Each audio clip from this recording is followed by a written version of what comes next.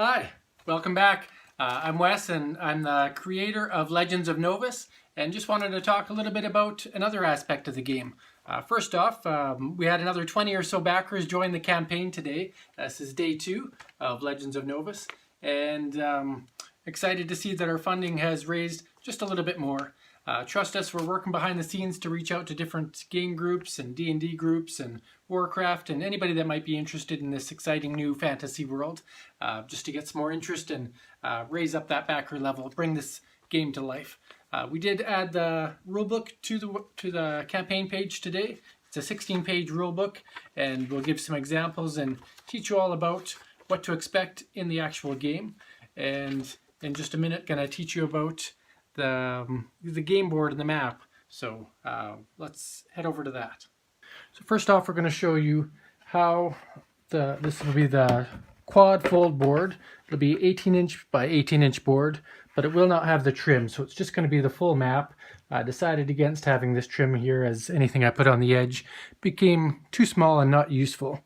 So you'll see that the quad fold board easily foldable back into your game box, just like any game, and then the standees would be used on the board to help travel around. This is not the final prototype board. You'll see that available on the website if you want to see what the final game board will look like. And then you have the option in the higher pledge tier to go with a neoprene mat. So neoprene is a rollable 18-inch by 18-inch game board, or mat, if you will. And again, the standees will traverse the map just like the game board. It's just a little bit nicer, works better with putting stacks of cards on. They don't slide as much, and just that extra quality. And again, this will be refined a little bit more in the final version, but at least it gives you a good idea of how that neoprene mat looks. The standees will have a cardboard with a nice gloss finish. This is just a prototype version to show approximate size and what they would look like, but the final product will be made by the manufacturer. And a lot of questions come up on whether minis should be used or not, and there is a very high overhead expense to creating minis, in addition to heavier weight for the game box. And as a newer creator into the board game industry, it's not something I want to dive into just yet.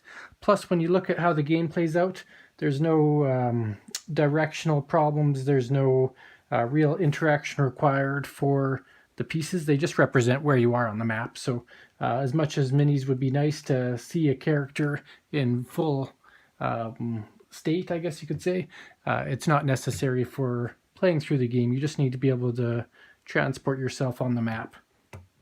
And as you'll see in the final digital version, the map has been enhanced a bit. Some of the bubbles are bigger, and some of them represent the locations a bit better, which we're going to talk about another day. And then the last piece about the map is when you travel, some games have elements of randomness. So in this game, the randomness isn't about how far you travel, it's about what happens when you travel. So when you travel along the game board as one of your actions, you would roll the travel die, and the result of that die would decide on whether you have an encounter, whether you earn a reward from the reward deck, just a random piece of equipment or gold, whether you draw an adventure card, which could be any number of things that impact the game, and then the final one is the travel icon. And that travel icon actually gives you one more option of traveling an extra spot that turn. So you had a really good travel day, the weather was great, or you found that your mount was faster than usual. Or you could not take the extra move and you could earn an extra 10 gold pieces, which will help you with your other options when it comes to buying cards or trading in for experience. So just wanted to share with you how that looks, and a little bit more about how the game plays out. So there you go. All right, well, thanks for all of you who joined for day 2 of the campaign. Looking forward to what day 3 has to offer. And again, anything you can do to share on all the different platforms that are available would be greatly appreciated, because with your help, we can make this grow even bigger. See you next time.